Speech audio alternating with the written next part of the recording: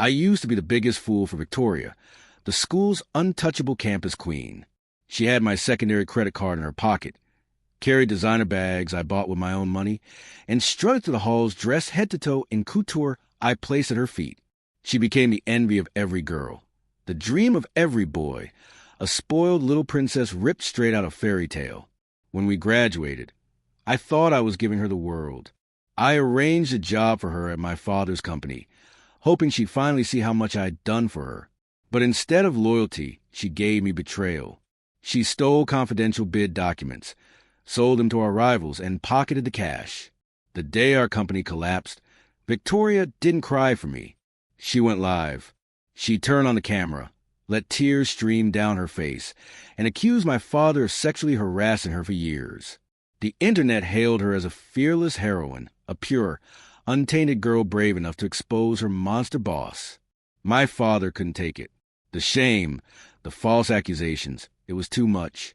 He climbed to the roof of his own building and jumped. When I rushed to identify his broken body, I never made it inside. Thugs cornered me in an alley and tore me apart. They shattered my bones until there was nothing left of me but pain. Before I slipped into darkness, I heard one of them on the phone, his voice sharp and smug. "Relax, sis. He's dead. From now on, this sucker's company is ours." And I knew that voice.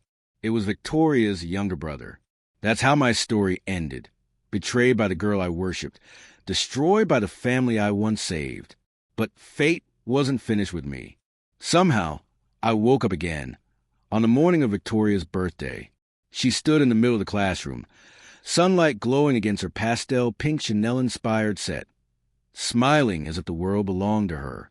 "Today's my birthday," she announced brightly. "Come party at my family's poolside villa. 3 days and 3 nights of fun." The class exploded in excitement. To them, Victoria was a dream. Pretty face, top grades, the fantasy of a rich girl who lived in a mansion and invited them into her perfect world. Compliments poured out like a flood. She looked every bit the pampered princess, loved and admired by all. I, however, only scoffed. A sharp, cold sound in the sea of praise. Her head turned instantly, her eyes narrowing on me. Our homeroom teacher, Domingo, had just said we needed to collect everyone's personal information. Victoria, ever the smiling manipulator, chimed in sweetly. "You're always so meticulous. Maybe you should stay behind and handle that instead of coming to my party." I stayed silent, still trying to process the truth. I'd been reborn. In my last life, I met Victoria for the first time at a scholarship ceremony my father hosted. She didn't shine then. She stood at the very back of the line, head bowed, her clothes patched and frayed, worn thin from too many washes. She was unremarkable, invisible almost. My father had told me her story, a tragic childhood. Her dad died in a work accident, her mother obsessed with favoring sons. From that day on, Victoria was treated as little more than a servant in her own home, cooking, cleaning, washing clothes, and getting cursed or beaten for even the smallest mistake. To keep her younger brother in school, her mother was ready to sell her to a 60-year-old man in the mountains. My father, kind-hearted as he was, paid her tuition himself and even hired her mother as our maid. And me, the moment I saw her, something inside me cracked. I wanted to save her, protect her, cherish her, and so began my madness. I gave her my secondary credit card and told her to use it however she liked. Designer clothes, luxury handbags. If she so much as hinted at wanting something, it was in her hands by the next day.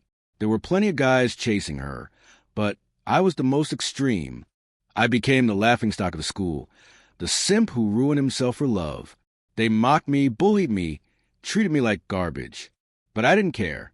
Victoria wore my card, my gifts, my name like a crown. She became the ultimate goddess of the campus, the dream every boy worshipped from afar. And I believed, stupidly, that my devotion would move her heart, that one day she'd love me back. But I was nothing more than a rung on her ladder. On the surface, she was gentle and sweet.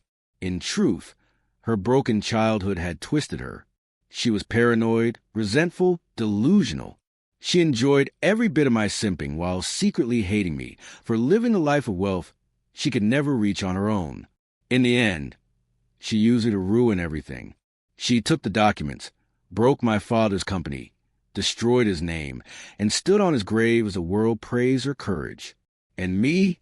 I paid the price with my life. Back in the classroom, my silence didn't go unnoticed. Lucas, our class rep, and another hardcore sim for Victoria, stormed up to me. Didn't you hear what Victoria said? She's giving you a chance to help. Don't act like you're too good for it. The others joined in, piling on, laughing at me. Come on, everyone knows you've been simping for our Queen Vic since freshman year. Your love letters could fill a drawer. Someone even pulled one out and began reading it aloud, mocking my old words. And so I walked 99 steps toward you, following the voice of my heart countless times. The room erupted in laughter, and I just stood there, silent, cold, no longer the fool they remembered. And so I walked 99 steps toward you, following the voice of my heart. The words of my old love letter dripped from his mouth in a mocking, greasy tone. Laughter filled the room, every syllable twisting the knife deeper. Queen Vic, you can't bring Domingo the hillbilly to your birthday party. Someone jeered. What if he misreads the situation and confesses? Imagine him pulling out another letter in front of everyone. The class roared, clutching their stomachs in cruel amusement. Victoria's eyes sparkled with fake hesitation before she put on her sweet, innocent act. Well, since everyone feels that way, I guess I won't be inviting Domingo this year. Her tone carried regret, but her smile said otherwise. The laughter grew louder, bouncing off the classroom walls. She turned to me, pretending to be apologetic. Sorry, Domingo. It's what the group wants. I can't help it. I chuckled coldly, the sound cutting sharper than any insult. Well, since I'm not invited, I won't go. Just a reminder, though, that poolside villa may be nice, but it isn't yours. Don't mess it up. With that, I walked out, leaving their ridicule behind me. Loser. Yeah, as if Queen Vic would throw a party at someone else's house. Their voices chased me out of the building. The moment I stepped outside, I pulled out my phone. One call to the bank, and her secondary card, the endless source of her fantasy life, was canceled on the spot. Another call to Butler, and my orders were clear. Not even Fly gets through the villa gates today. The old me, the pathetic simp, was gone. Without me propping her up, I wanted to see just how long she could keep her rich girl act alive. That night, under the pale glow of the moon, something inside me finally lifted. For the first time, I felt free. Thank God for this second chance. This time, I wouldn't be blinded by her lies. This time, she'd pay for everything. The next day, when I reached the school gate, the scene that greeted me was almost laughable. 10 luxury vans lined up in a row, polished and extravagant. Victoria stood there, glowing with elegance, while Lucas buzzed around like her loyal servant, helping classmates into vans as if he were her personal assistant. A sharp-eyed classmate spotted me. Domingo, what are you doing here? Weren't you told to stay behind and collect everyone's info? Victoria's eyes narrowed, her voice carrying that familiar edge of annoyance. Why are you still here? I shrugged, just going home for dinner. Didn't realize that was a crime. Before she could answer, her pack of simps barked for her. If you want to crash the party, just say it. Don't make lame excuses. Victoria gave a mocking smile, but still played her act of fake kindness. We're all classmates. Let's not fight. If Domingo wants to join, it's understandable. Victoria, you're too nice, one sneered. Guys like him, shameless as they are capable of anything. The laughter rose again, and though her lips curled slightly in satisfaction, she kept up her hypocritical expression of virtue. I couldn't hold it in. A laugh slipped from me, low and scornful. The sound infuriated Lucas. He stormed forward and punched me straight in the face. I staggered back, caught off guard. Just as I steadied myself, I saw it, a familiar car slowing to a stop at the corner of the street. A smirk tugged at my lips. Victoria, I said, wiping the blood from my mouth, aren't you going to say something? She forced out a smile, her eyes full of disdain. Domingo, you're holding everyone up. But no one here is petty.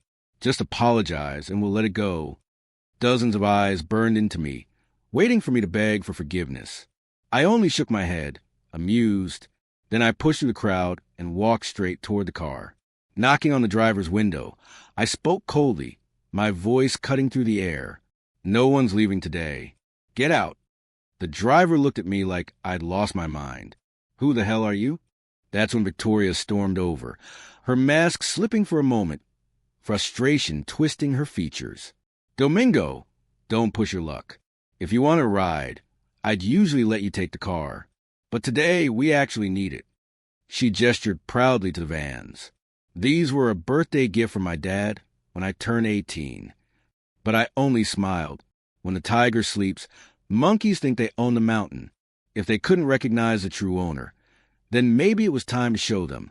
I raised my hand and waved. From the distance, a middle-aged man began walking toward us. Victoria followed my gaze, and in an instant, all the color drained from her face. Domingo! Her voice trembled, a faint plea hidden behind it. But I wasn't here to save her anymore. I was here to watch her fall. The man reached us and bowed deeply to me. The driver, who just moments earlier had looked at me like trash, nearly tripped over himself scrambling out of the van.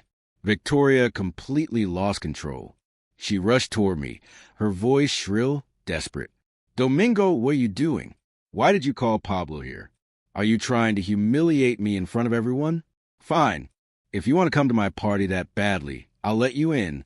Just send him away. I didn't say a word. I only stared at her.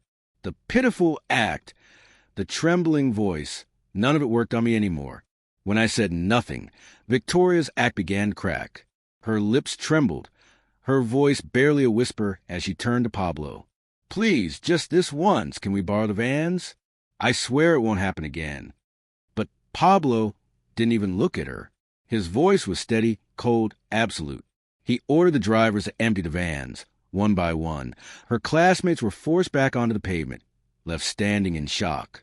Victoria tried to hold her composure, but the sweat beating at her forehead betrayed her panic. And then Pablo turned to her with words that cut sharper than any slap. If I'm not mistaken, I am Domingo's butler, not yours, Miss Victoria. The statement wasn't loud, but it carried like thunder. Everyone heard it, and in that instant, the way they looked at her changed. Suspicion flickered in their eyes, and Victoria's face burned scarlet. Lucas, ever the loyal lapdog, jumped in to protect her pride. Victoria, your family's just too soft on the staff. That's why they think they can talk back like this. The tension loosened, classmates quickly nodding along, eager to believe the lie. Victoria forced a laugh, her mask sliding back into place. Who knows what kind of mood Domingo and the driver were in today? Honestly, if we hadn't taken pity on them back then, they never would have been allowed to stay. Don't worry, I'll have my mom fire them both tonight. Come on, guys. Taxis are on me. And just like that, the crowd shifted. Excited voices rose. Hands shot up to flag cabs by the school gate, and the sting of humiliation she felt only moments earlier was smoothed over. No one noticed me as I slipped quietly into the Rolls-Royce waiting at the corner of the alley. But the night wasn't done. At the villa, before I could even step through the door, Robin, Victoria's mother, blocked my path. Her voice cut sharp and shrill. Domingo, what the hell is wrong with you today? In my past life, I had bent over backwards for this woman, treating her like family, like the future mother-in-law I longed to please. And she had used it against me, ruling the house with arrogance, knowing I was too blinded by love to resist. But this time I didn't love her daughter. This time I wasn't playing the fool. Robin, though, couldn't sense it. She went on and on, her shrieks like a broken alarm, warning me of things I no longer feared. If you keep this up, Victoria won't marry you. I stayed silent, and in that silence, she mistook my calm for guilt. Her arrogance swelled. Don't forget, it was you who begged for my daughter's hand. So what if she used your cars? She was just giving you face. I almost laughed. Victoria had clearly run home, riled by the way I'd embarrassed her earlier, and sent her mother to deal with me. In her mind, Robin was my weakness, The one person I treated with more respect than even my father. A clever strategy, but not clever enough. I finally looked at her and said calm, almost bored, "You're just a housekeeper in my family. Are you sure you want to act this high and mighty?" Her eyes widened as if the ground had split beneath her feet. "How dare you? You dare talk to me like this? I'll make Victoria dump you." Then, as if on cue, she collapsed in a theatrical heap, slapping her thighs, wailing to the heavens. "Oh, poor Victoria. If she marries this man, she'll suffer for life. Is there no justice for a poor mother and daughter left in this cruel world?" Her cries echoed to the villa district, loud enough for neighbors to stop, whisper, and point.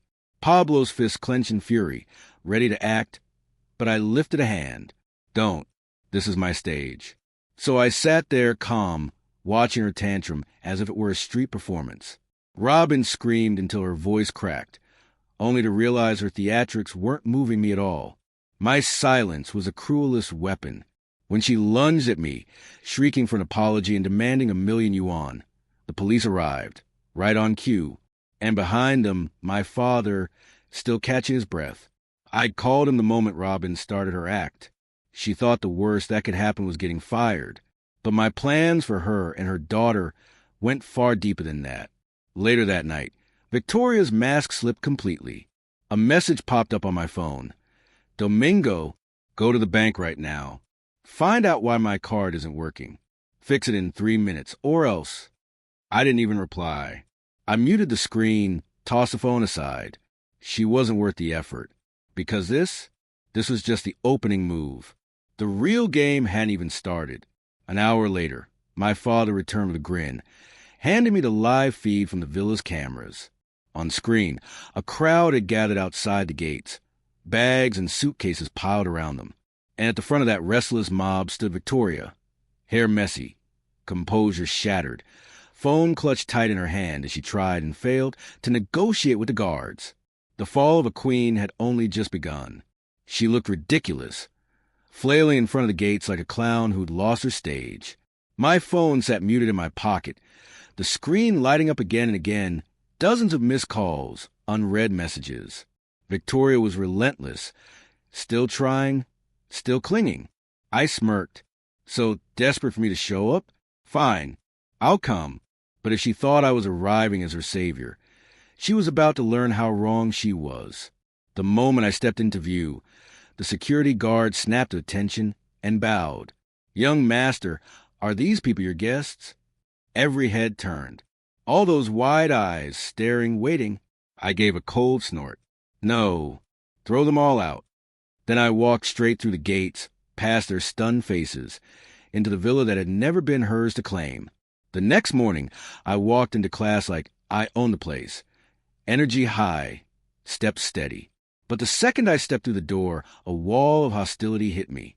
Dozens of glares, sharp enough to cut. I couldn't help but laugh. Well, didn't Queen Vic promise you all a 3-day, 3-night poolside bash? What happened? Why are you back so soon? My sarcasm lit the room like a match in a powder keg. "Domingo, you went way too far," one snapped.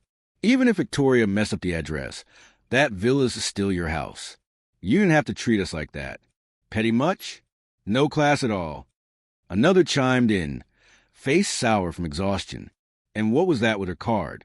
Because of you, we had to take a coach bus back overnight.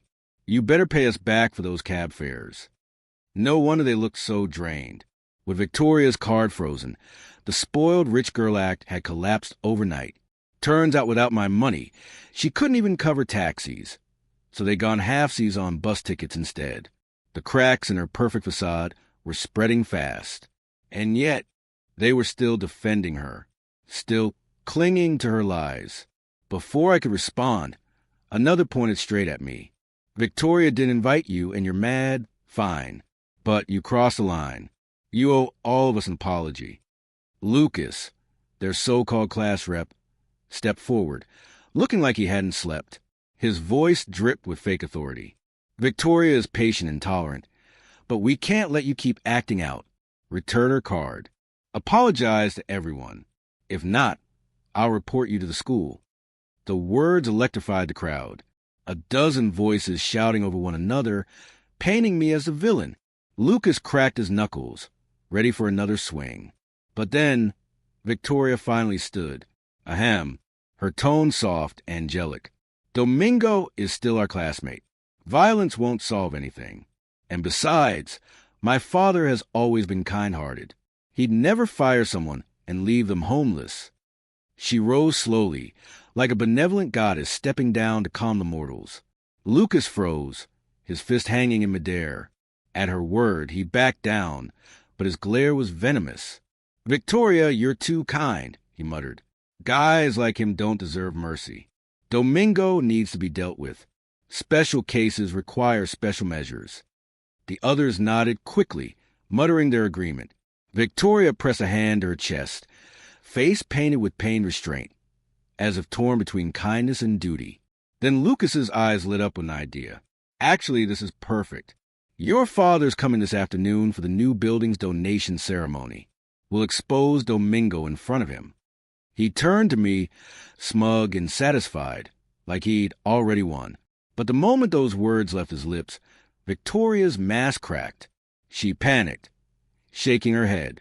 "Wait, there's no need. My dad keeps business and personal life separate. He's only here for official matters." Her pale face said it all. She was terrified, but the crowd didn't notice. They cheered Lucas on. "Yeah, Victoria, don't let this freeloader trample all over you again. We'll all back you up. Your father will see his true colors." She mumbled agreement, her voice barely steady, while her classmates roared with excitement. And me? I sat back, smiling to myself, because this was about to get interesting. The ribbon-cutting ceremony filled the school auditorium that afternoon. On stage, my father stood tall, smiling as he greeted the crowd. When his eyes landed on me, he gave a warm nod. My classmates clustered together at the back, whispering, waiting for their grand moment. They thought they'd expose me, ruin me, right there in front of him. Victoria slipped over to my side, voice low, desperate. "Domingo, go talk to your dad. Make him acknowledge me as his daughter. If you can do this for me, maybe I'll agree to be with you." Her tone carried that same arrogance as always, as if her mercy was a gift. I gave her a side glance. "You're insane." Then I walked away and found my seat. Her face tightened, panic edging closer. She wanted to say more, but a staff member called her over. It was time. The school had rolled out the red carpet for her supposed identity, a front row seat, even a speaking slot on stage beside my father. The ceremony began. My phone buzzed nonstop. "Domingo, time's running out. Don't be ungrateful. Final warning, text your dad now. If you don't help me, I swear I'll never be with you. Think carefully about the consequences." When I ignored her, the arrogance cracked into desperation. "Please, Domingo, just this once. I can't lose face in front of everyone. You wouldn't want your girlfriend to be humiliated, would you?" Girlfriend. The word almost made me laugh. I sneered, blocked her number, and slipped the phone away. Moments later, the announcement came, "Let's welcome Mr. Law's daughter to the stage for her speech." Thunderous applause filled the hall. Victoria stood, her face pale, her hands trembling. She forced herself forward, step by step, until she was on stage. She didn't dare meet my father's eyes. Head bowed, she unfolded her speech and began to read. Her carefully crafted mask was crumbling, and everyone was about to see it. As Victoria stood on stage, reading her carefully prepared lines, she noticed something that made her confidence soar. My father didn't interrupt. In fact, he was smiling. That was all the assurance she needed. She threw me a triumphant glance, her eyes shining with smug satisfaction, convinced I had already spoken to him, convinced the stage was hers. By the time she finished and passed on the microphone, she wasn't nervous anymore. She looked like a queen in her palace, basking in her own imagined victory. But then everything changed. My father's smile never faded as he turned to the audience and said, almost casually, "That's strange. I wasn't aware I had a daughter. I only have one child, my son Domingo, who's sitting right there." He gestured toward me, without hesitation. Then, with the same calm tone, he revealed the truth. The girl on stage was not his daughter, but the child of his former housekeeper, a woman who had just been arrested. His words landed like thunder in the silent auditorium. All at once, head snapped toward me. The whispers grew louder, a wave of shock rolling through the crowd. Victoria, the maid's daughter, pretending to be rich all this time? Suddenly, everything clicked. The bus ride, the empty wallet, the desperate act. And now, the truth was undeniable. The real heir wasn't the so-called princess on stage, it was me. The room erupted, but before the noise could settle, the doors burst open. Police stormed in, their voices sharp, their presence commanding. Victoria, you are under investigation for credit card fraud totaling 10 million yuan. The number itself made the crowd gasp, and me, I just laughed bitterly to myself. 10 million. That's how much I'd wasted on her. The proud heiress, everyone admired, collapsed in an instant. Victoria thrashed free of the officers and threw herself at my feet, clutching the hem of my pants, her tears soaking the floor. Domingo, didn't you say you love me? Please, just tell them it was all a gift from you. Say it was voluntary. Her hair was wild, her face drenched in sweat. The flawless, untouchable girl she pretended to be was gone. And maybe she never really existed at all. I looked down at her, disgust written on my face, and stepped over her like she was nothing. The court sentenced her soon after, forced to repay every last cent. And one day, much later, I saw her again outside my office building. Same Chanel-style suit she used to love. Only now it was wrinkled, faded, worn thin by too many washes. The sparkle was gone. No credit card. No lavish life. Just a hollow shell of the girl she used to play. But when she spotted me, she rushed over, plastering on that old smile. Domingo, what's wrong with you? It's been so long. Aren't you afraid I'll be mad? Her words were almost playful, like we'd just been apart for a short while. Then, without hesitation, she grabbed my hand and clung to it, declaring, Look, we're holding hands. That means we're together. You're still mad about the birthday party, right? Fine, I'm sorry. But now that we're back together, there's no need for me to repay that money. Just tell the police it's settled. And while you're at it, reactivate my card. I need new clothes. She tilted her chin up, still trying to act superior, as if she was granting me a favor. Once those words, that touch, would have made me melt. But now, I felt nothing but disgust. I yanked my hand free, without hesitation. She froze, stunned. What's that supposed to mean? You don't want to be with me? Domingo, if you kneel and apologize right now, I might forgive you this once. If not, don't even dream about being with me again. The arrogance, the entitlement, it was the same game she'd always played. She thought I'd cave like before. But this time I smiled. Sorry, I've already got a girlfriend. And right on cue, Freya appeared. Stunning, confident. Every head turned as she walked toward me. I slipped my arm around her waist, proud to call her mine. This is Freya, my girlfriend, daughter of the Mu group. The words hit Victoria like a slap. I went on, twisting the knife.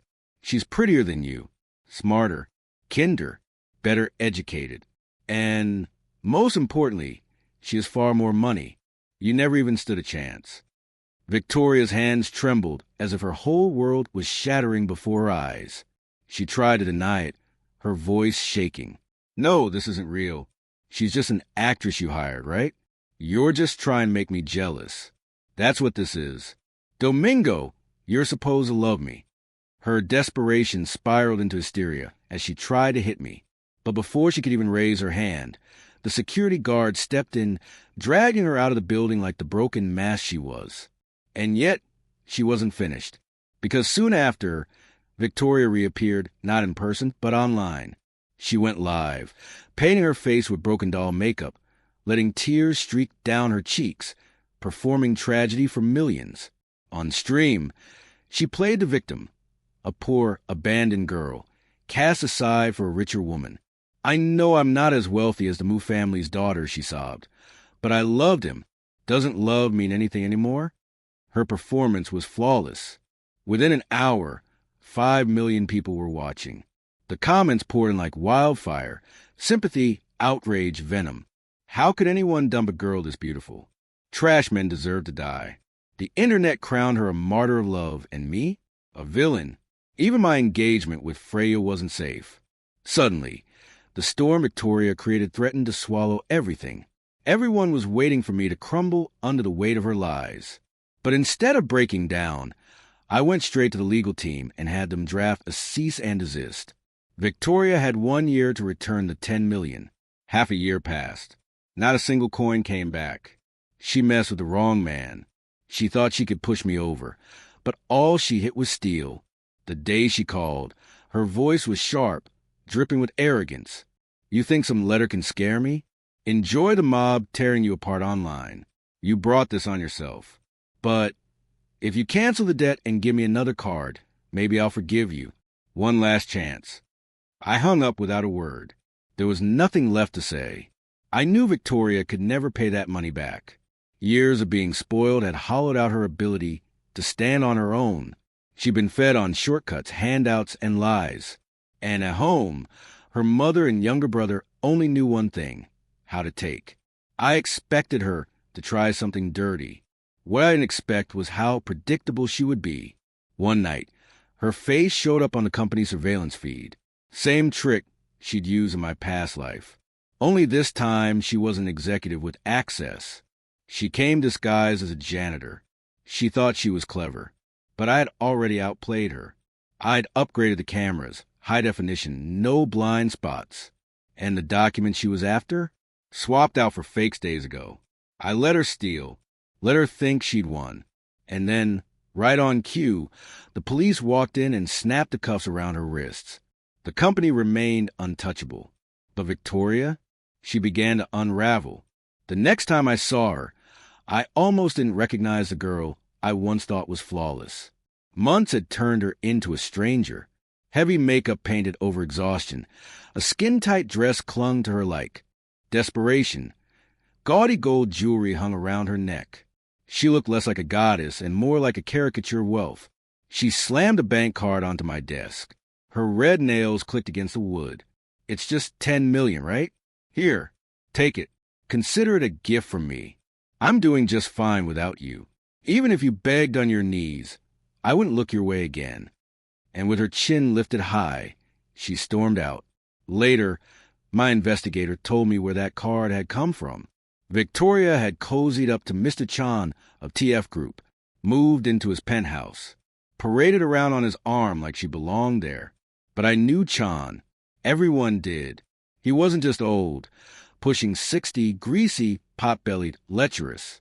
He was also a live-in son-in-law. His wife, a legend in our circle. Ruthless, controlling, terrifying. So when I got the message one afternoon, Victoria was dead, I wasn't even surprised. The story was brutal. Chan's wife had caught them in the act. Both of them half naked, exposed in front of the world. And Chan turned on her in an instant, claimed she seduced him, claimed he lost control for just one moment.